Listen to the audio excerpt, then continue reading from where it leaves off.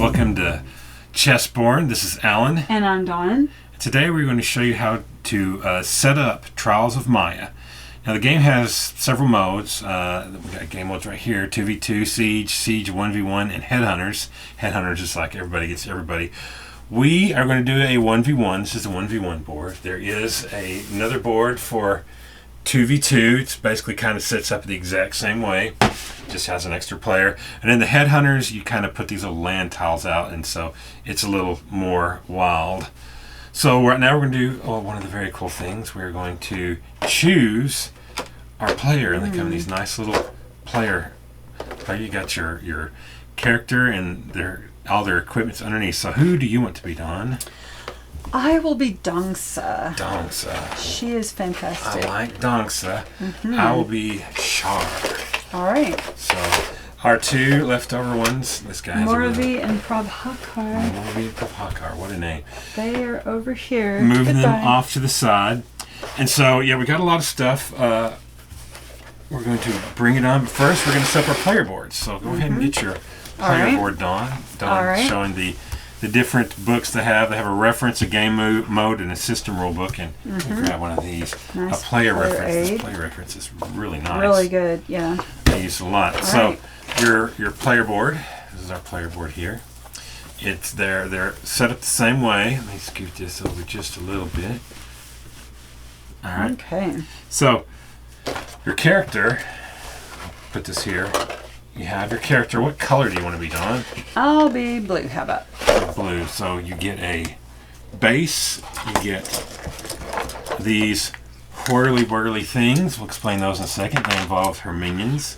And then she's going to get these three little tokens, and that's with your XP and your initiative on your turn. And then look at this. Each one comes with this really nice mini. I'm going to show you Shar. I mean, she's a Naga snake person. Really nice. Show them her picture. Yeah, and then each one has a picture, and this unfolds. And on the back side, it has kind of her abilities, how hard she is to play, her play style, how you want to play her, and then a little flavor text about her race in this world. And then the front side is what goes on your board. And then there's Dongsa. Dongsa. Yep. All right. Dongsa is a monkey people, and I'm a snake person. Super cool. So the board is multi-modular. All the races are going to fit in there. And then what do we have else in this thing? We got, we'll come back to that. Yeah. We got your character's initial fighting deck. This is one that comes with your character. There are others you can craft. You can be really specific and craft your own fighting deck. But this is the one that comes with it. So you shuffle that up. And you set it down. It's got a space for it. Strategy tips. I suggest you're reading this, but then you put your deck right there. Boom. Your deck's set up. Then you have, these are abilities your character has. So in the beginning, they're all locked. And then they have a cost and experience on how to unlock them. When you unlock them, you rotate them. They tuck in. We're going to move this up just a little bit so you can see it. Yeah. We'll move onto the board so you can see. Yeah. But they tuck in right here, locked side out, and then just unlock it, and then you can actually flip it. You're going to choose the A or B side if you spend the XP to flip them again. So they slide in just like that. And then we got all these little, and it says right here, spell cards. This is nice. It has a little indentation for these smaller cards, and then your player deck right there. And then you have your character's just innate abilities. So on the back it has your character's name, and on the front side, it doesn't matter how you put these in. You just kind of put these in, and these are your innate abilities that your character has at the beginning, and you can always use them. Usually it's once per turn. It'll say so. It says once per turn. Some are just passive abilities, and then you take these. These are essentially, there's some cards that have however many symbols you have on your player board, you get a power, and so they let you basically just have permanent versions of the symbol out there. So in the beginning, you put them front side down. This is the wild, and there's space for them. It's like 2, 2, 2, 1. So you put them in there, and they too. That's upside down. And these also have your player's name on them because different traits are better for different players. Yeah, if you look, your character is going to have these 3 traits, and that's pretty much what's going to be in your starting deck and your cards. And so these are going to match it in some way. Like this one has the top symbol and the bottom symbol. This one has the middle symbol and the top symbol. This one, has the other 2 symbols. And again, you have a wild, and these are all face down because you have much like these cards. Has a little experience point right there. You have to spend your experience to flip them over and make them active. Then after that, you have when sliding gain. So these you're going to put in ascending order 1, 2, 3. These are basically the same for everybody. But again, they have your character's name. It's hard to see, but in this lower right-hand corner, your character's name is. It was not going to show up on camera. I'd show you.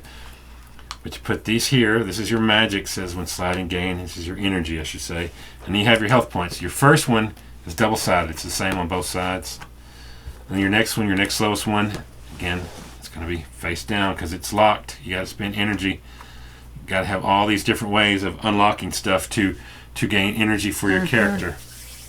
And lastly, you're going to get this is a nice thick deck. These are your essentially your starting resources. So Dawn's going to get 3, I'm going to get 3, and there's just a whole bunch. So it adds for a lot of variety to the game. But this is your player setup. So you look at them, and I'll explain with these numbers in the how to play, but these will go right here on your player board. Meow, meow, meow. And so that is how you set up your player board. Oh, no, Dawn's showing me. Yeah, there's 3 more things. Thank you for that, Dawn. You have your magical energy, which goes right here. It kind of matches the color of that. Then you have your shield strength, which is this blue one. And then you have your health points, which sets right inside your shield strength so they can cross over on this track. And then you set your starting health at whatever your first one is. So Dawn says 6, I'm 4. And what's really unique about these is on one side, it doesn't show up on the camera, one side it's got the heart for your health.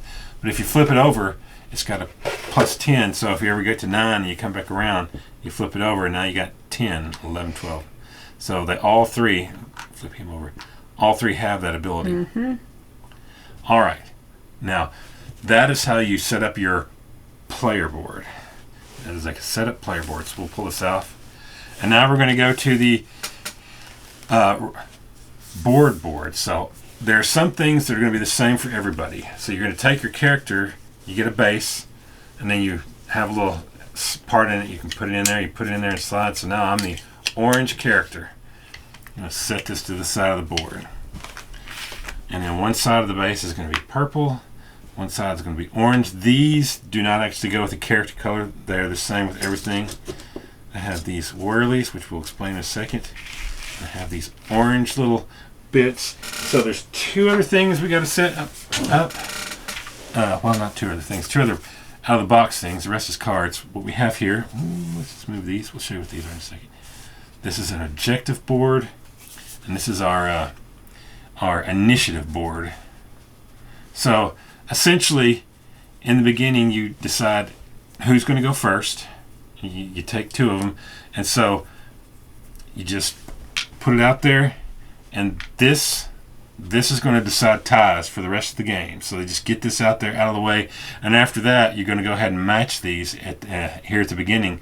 But as you play the game, these are going to switch around. And we're going to get out the objective cards. These are universal. There's 2 starting ones. Oh, dear goodness.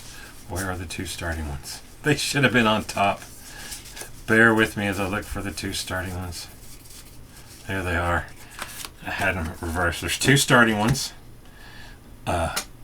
Whetstone, as in sharpening a knife on a whetstone, and lay of the land. So one is for damage and one is for strength. And then in a 2v2 game, you're going to get out 3 of these, but in a 1v1 game, you get out 2. So we have a draw deck. You draw out 2. And these, as you play the game, you'll see on the playthrough or the how to play, these are ways you get the experience you need to unlock these points on your player board. All right. Next, we set up the rest of the board for the siege. Everything I've just shown you is what's going to happen for 1v1 and 2v2. But now we're getting specific to the board. So, Dawn, if you would, look up the 1v1 game mode, please. Sure. And she's going to tell me what we have left to do. And this shows you all the different components that we're going to describe. So. All right, Siege 1v1. Dun, dun, dun, dun. That's 2v2. Where's 1v1? One moment. All right, 1v1. Overview. Goal. The goal of the siege is to destroy the enemy's tower. The first player to do so wins.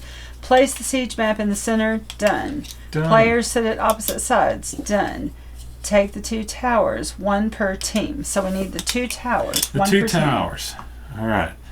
I got 2 towers, 1 per team, and one's going to be orange and one's going to be. They got suction cups on the bottom. So where do they go, Dawn? One goes there, and where's the other one goes? And then I dropped him. Exact opposite, right? Yep, exact opposite. All right. So you get these little bits, and I do believe these are experience points. So we put these on top. Yep. These little, they slide on. It's really nice. And then you have these little circular things that just click on because they're magnetic. Very clever. And so now we have the purple spawning point and the orange spawning point. And then I do believe we have a... Yep. That one's not going to stick too well because it's got the folded... The crease there. And they did say this is different. And this is the prototype in the Kickstarter they worked on. Side a little bit. Oh, I need one more tower. I'm short a tower. Uh-oh. Reach over here. Gravity grab. I need one more tower. Again, I'm going to put it off the side. And this is going to be a neutral. If you look, it doesn't match either side. It's a gray color. And then, like so, later on in the game, this should change from neutral to a person's color. Yeah. You just switch it out. It's very, very. That is cool. Clever. Yeah. We played it, and I didn't realize it did that. All right.